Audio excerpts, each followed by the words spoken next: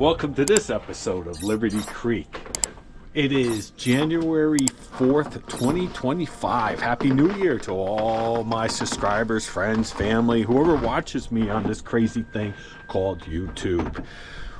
We just made it up to the cabin, and I was really kind of scared coming up this time because I heard it dumped a lot of snow up here.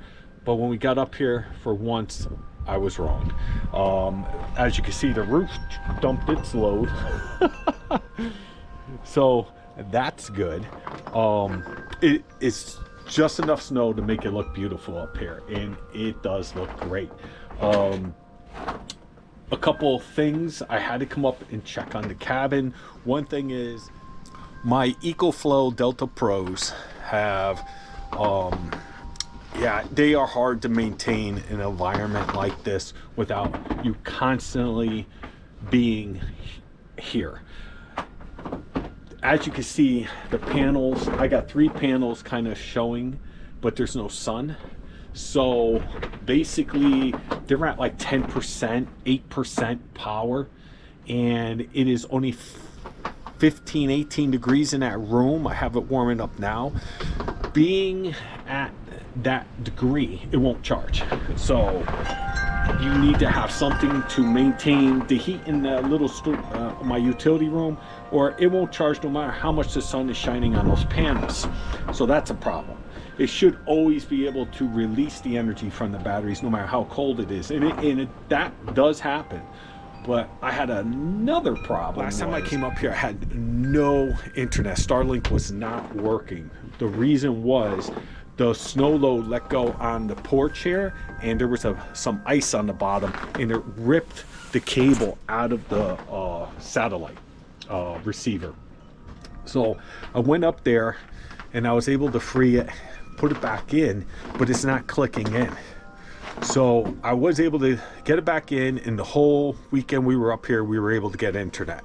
As soon as I got home, within a couple hours, something must have happened, and it slid again, and it must have pulled the wire out. I don't know, because we have not had any Starlink or any cameras, nothing, since I left 3 weeks ago. So we had to come up and take a look at the cabin, make sure everything was okay. So here we are, we're up here. My hands are about to fall off because it's freezing. I got to walk a lot of stuff back and forth from the truck, and I did bring up the snowblower. I did fix it. We'll bring it up, try to make a path. It feels like there's some ice underneath the snow, so we'll see what happens. But I got some work to do, and then I'm going to just relax. I got the utility room heating up. Then we'll go over there and see if I can start the generator. Jennifer's starting a fire, and get camp going, because we're only staying a day. So let me do some work, and this is what it is. This is what it is when you have 2 properties. Everybody thinks it's like, oh wow, you got 2 properties. The first thing they think is I'm rich, and I'm far from it. I just spend my money wisely. And the second thing is like, wow, you got 2 properties, blah blah blah blah. It's a lot of work to have 2 properties and to main 2 properties. So it's not something for the lazy people that just like to sit on the couch on the weekend. You have to get in your truck on your day off early in the morning, drive up here, and now I'm going to spend a couple hours cleaning snow off the rooftop, cleaning pathways, trying to figure out what's going on with the solar. And then finally I'm gonna sit in one of my frozen ass sleepy boys in there, or lazy boys, and watch a little TV around the nice wood burning stove. Hopefully, if I could get the damn satellite to work, and relax the rest of the day. And in the morning I'm gonna wake up early and head home to Connecticut, because I got a lot of stuff going on. All right, let's see what I could get into while I'm here. Much later. All right, so I did a little pathway. That pathway is like nothing. The snow blower, I don't know, might be the governor or something. It's not revving high enough, but it sounds like it is. I don't want to blow the engine, but it struggles through even this. So it did what it did. Now I'm going to try to struggle to open up this lock on the generator shed. I brought full 5 gallons up. I gotta get some electricity in the cabin, check on the check on the EcoFlow Delta Pro, see if that's warmed up yet, and go from there.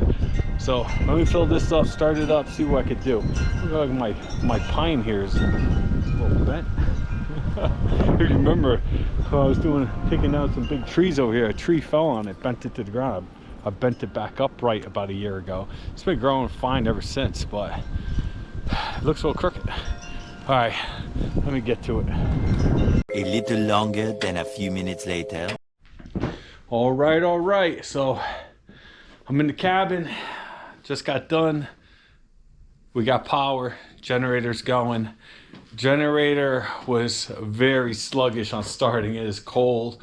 The oil's probably all thickened up. It's definitely didn't want to start, but I got to start. It wasn't too bad. I just hopefully it stays started. I filled it up. I'm gonna give it about 15 minutes before I try to attempt to start charging the batteries. Let me see if they can actually accept the charge. I gotta check the room, see if how warm the room is right now. Whew. All right, let me see what's going on here.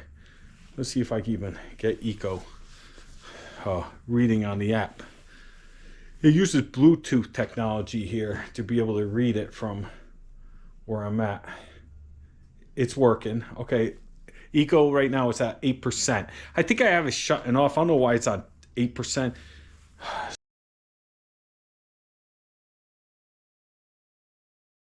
Say hi, Jen, to all your fans. Hello. All right, let's go take a look out in the utility shed here. See how warm it is. I'll tell you, I gotta somehow tackle that. I don't want to put like a heat source in here when I'm not here though, because you know there's always that fear of something happening. This solar panel, as you can see, that solar panel, the main purpose is the kitchen, outdoor kitchen, and that camera, and that was just covered in snow, so I gotta put that back on the ground because it always blows over. Generators, that Predator generator that's the one to get, folks. I don't think they make that model anymore. They make one that looks a little bit more beefier, but that thing's a champ. If you've been a subscriber, I've been using that, working the shit out of that thing for like 3-4 years now, and it's a champ. But it's definitely I'm starting to see and feel me beating it up. It's not due for an oil change yet, but I need to give it a nice oil change, take it home, clean it all up, get a new battery for it, and it'll probably be good to go again. All right, let's see what's going on in here. Oh, it's still warm it's warm in here now, folks. All right, so it is now up to 41 degrees in here. When I first came about, I don't know, 45 minutes ago, it was at I think it was like 15 degrees, 18 degrees in here. The batteries will not charge at 18 degrees. So that's a problem. This thing is holding heat. Everything's defrosting inside. And let me show you.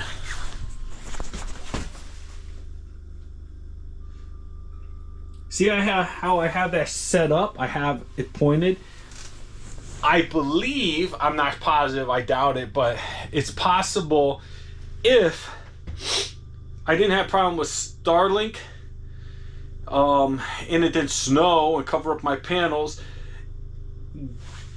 the inverter from the main unit here may be able to put off just enough heat to keep this room above freezing. If it's able to do that, we'll be good, but I can't find that out unless everything works, and for some reason nothing wants to work. So right now,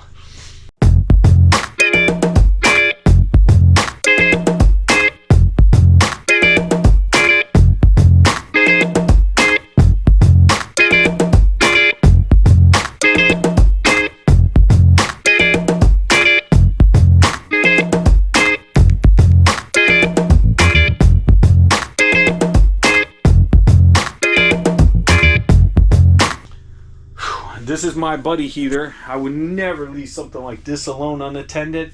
I was thinking about maybe getting a wall unit because I follow Joe on St. Bernard Acres.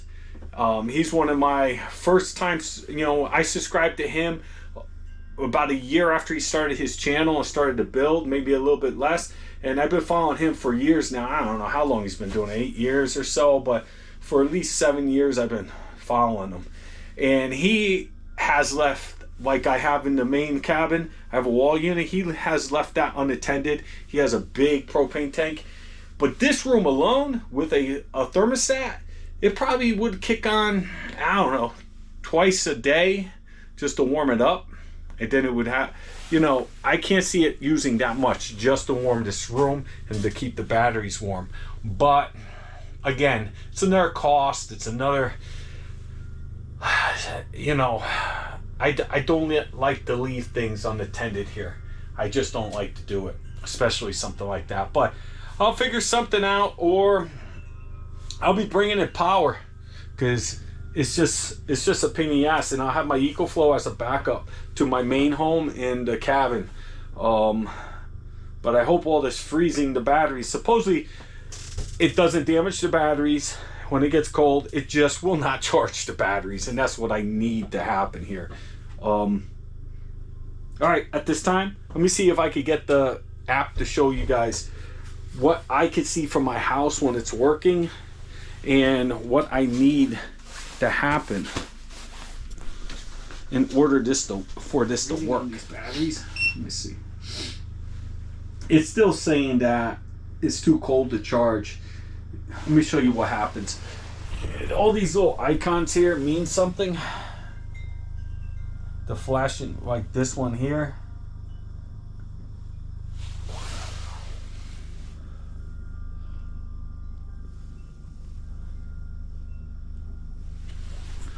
What will happen is as the units go ahead and heat up because of the buddy heater here running and the temperature in the room's 42 degrees, eventually these units will become 42 degrees and they will start charging again. But it's not like, oh, the room's 42 degrees, so are the batteries. It takes time. They're like defrosting. And I would love to tell you exactly what the temperature is, but the app's not working. So you click on EcoFlow. It comes up with the main unit, shows the 8%. That's what it reads on the display. The display won't show the temperature of the unit though. But if you click on it, it does. Not on this screen. Oh, right here, extra batteries working. All right, there it is. 25, 23, 25. I think that's one to the wall's always coldest. So we got a couple more degrees before 2 of them will be able to charge. So I'm gonna leave them disconnected from the generator right now. And I'll leave the buddy heater on a little bit longer. I don't know how many more bottles of fuel I have, but I could turn up the heat a little bit more. A little longer than a few minutes later. If you have any question about getting Starlink, and if you're like us, that there was no other option, we tried everything. We had hot spots. There's nothing on our street. There's no cable. There's nothing. We couldn't even make a phone call when we had Verizon. So we switched to AT&T. Now we're able to make a phone call. But the internet still isn't great, even on AT&T. You got to go like a certain location on the property. We are way out in the boonies here. So getting Starlink was a game changer. Now we could stream videos, we could watch Netflix, we can, you know, surf the web, post pictures on Facebook, we could live stream, we could do everything. And so I see a lot of review videos. I'll let you know how it works. For us, game changer. I think we first started paying like $90.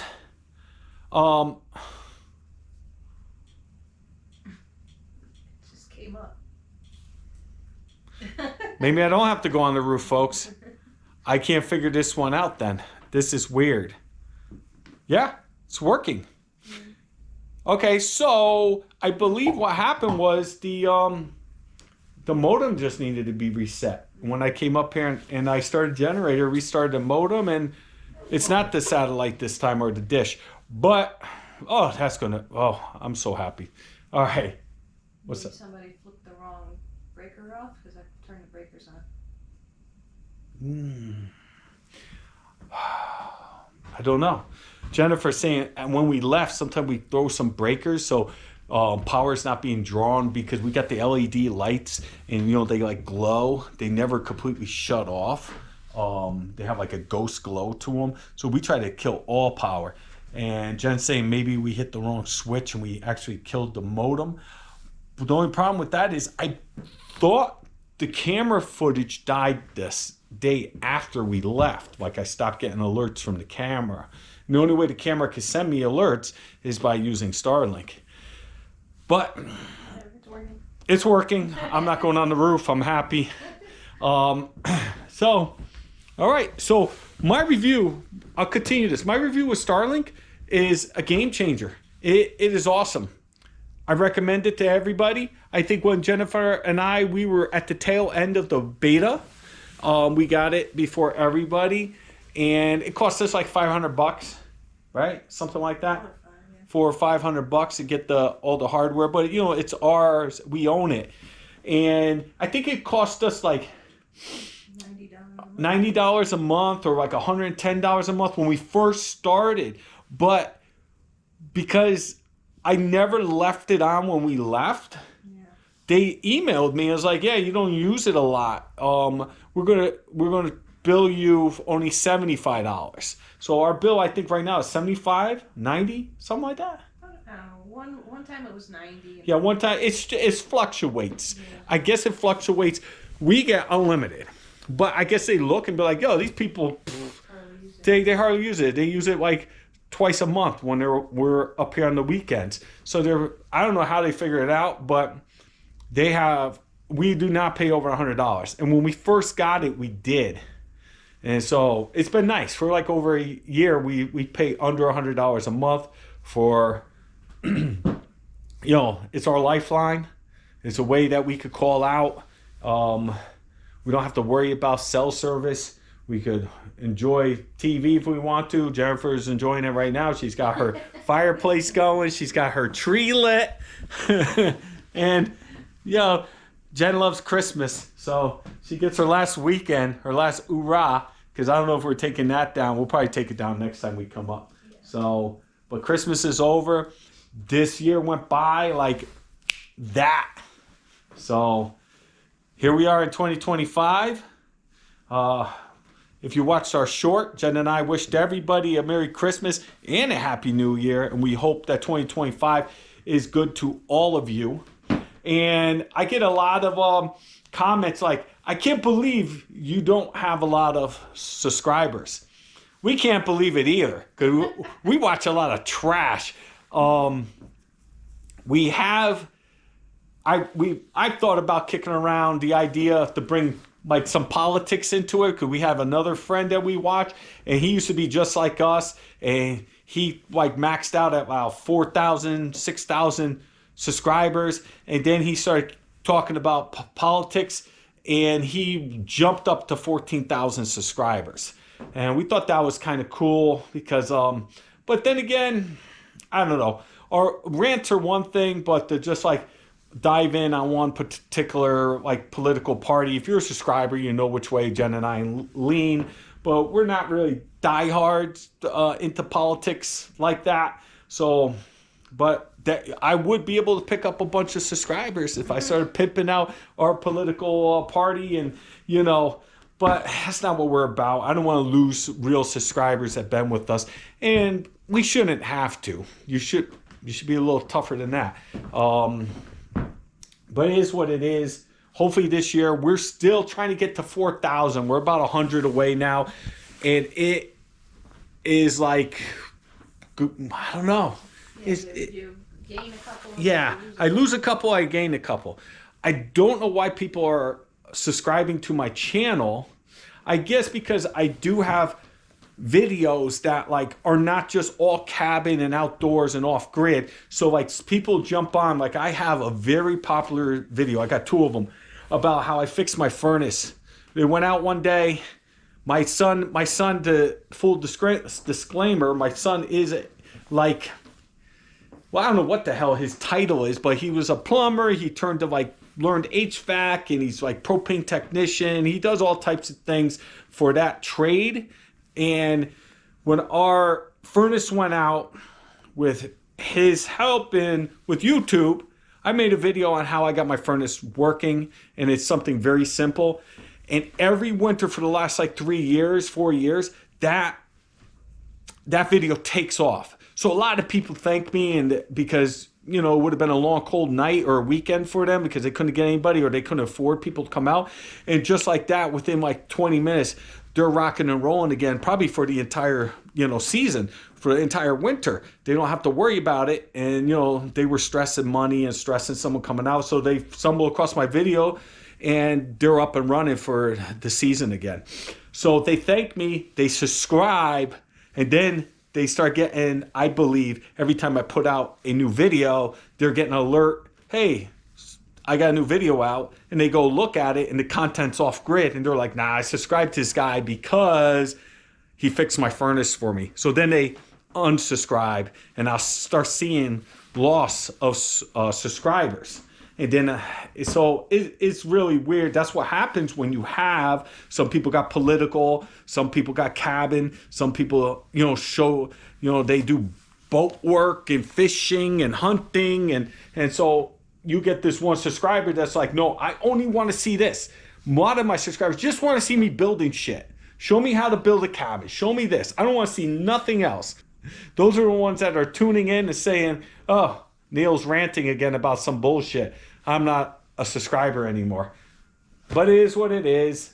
That it won't work because it's too damn cold.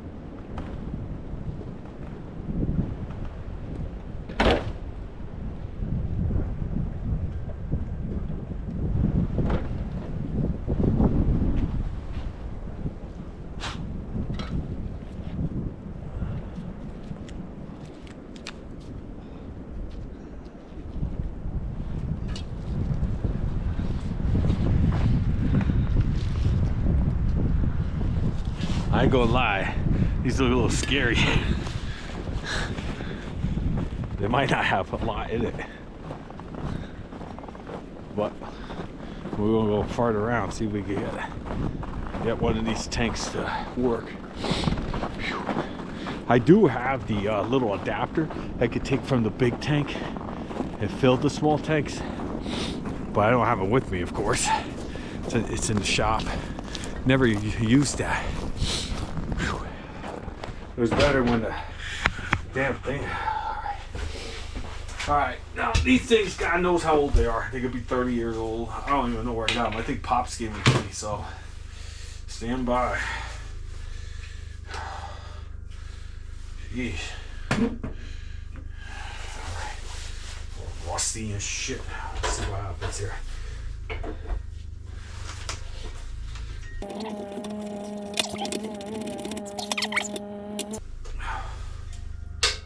Yes, it does.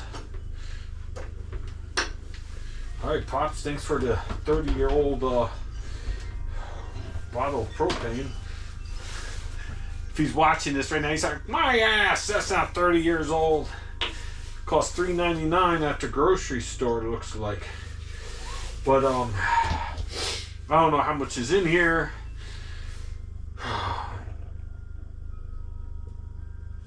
but this is what we need. We got some more in there. Maybe I'll bring them in here.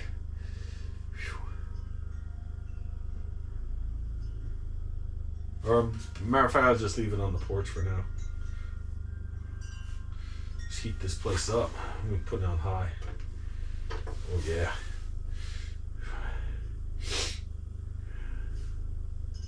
A little longer than a few minutes later. All right, let's go check on the solar. All right, so what's going on is we got up here probably around 9:30 in the morning. I started messing with the snow and all that stuff, and I got into the generator room or the utility room, and it was freezing, like 15, 18 degrees in there. Now, in order for the batteries to accept the charge, it has to be above freezing.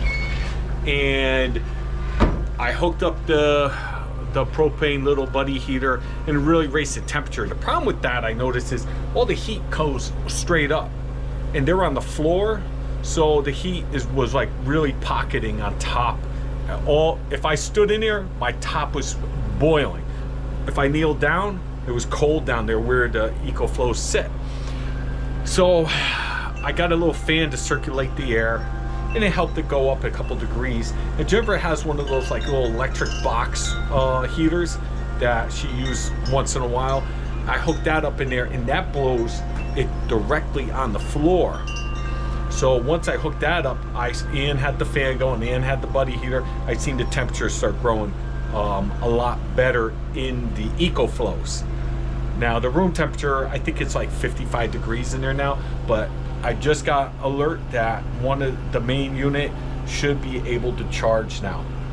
I say it took about 2 hours. If you remember, I had to go try to locate some more propane, and it probably used a half a can of propane, or maybe a little bit more. For about 2 hours it's been running on and off. I used up the rest of the can that was on there, and I got whatever was in the can that I pulled out of the shed. I still have several cans over here on the ground, actually. I got 4 cans. They look like they're filled, but they've been sitting there for a long time. So I'm about to open this thing. It's probably hot. When I was sitting in there monitoring everything, because I don't like to leave all this stuff heating the room, for the first like 15 minutes I was just sitting in there, and it got so damn hot I had to get out of there. But I did hook up one of the cameras, so I'm able to watch everything from the cabin, inside the cabin. So let's go inside. Let's see if we can get the generator to start charging this battery. Oh my God, it is hot. Oh my God, my eyeballs.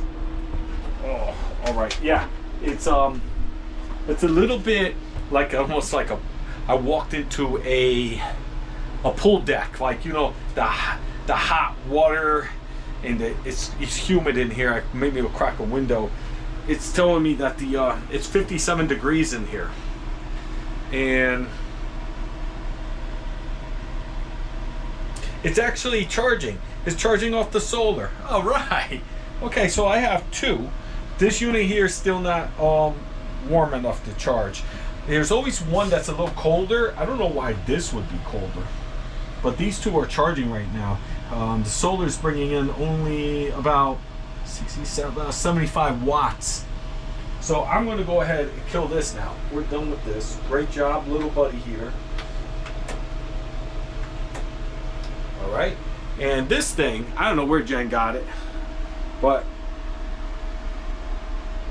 it works great. But the vents blow down, and I can keep my hand right here. It won't damage the EcoFlows or anything. It's just a nice warm air being blown on. That'll probably my buddy, something too close probably will melt it. So that's why you got to have the standoff with the my buddy. That's probably why the heat goes directly up and doesn't blow out. It probably prevents fire and stuff. So let me hook this up to the generator and start getting a charge on these things. Yeah. So Starlink's working, everything's up. We're operational now. Let's see how long it takes to charge these units. I believe the generator would be able to do it with just a tank of gas, maybe not even. I'm saying right now it's 1 o'clock.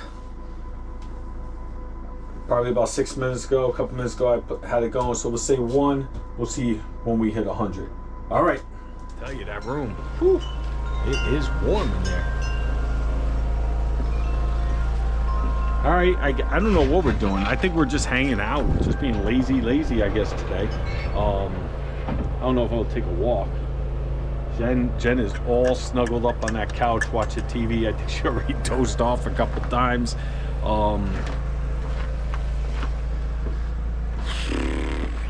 Man, it is nice up here, but it is cold, you know. I don't blame her. It's 15 degrees outside. Most of my viewers know with Jen's not hanging outside anymore. When you're on blood thinners, no, it's probably like 0 degrees out here to the girl.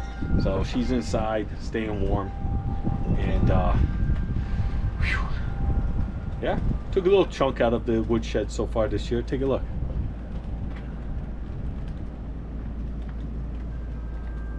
And I can hear all the trees cricketing and cracketing, and as long as they stay on their feet. All right, let's go inside, relax. I think Jen prepped meals this time. She prepped breakfast burritos, and she prepped some, I think we're having some type of stew or chili tonight. She has them in some containers, and let's kick back, relax.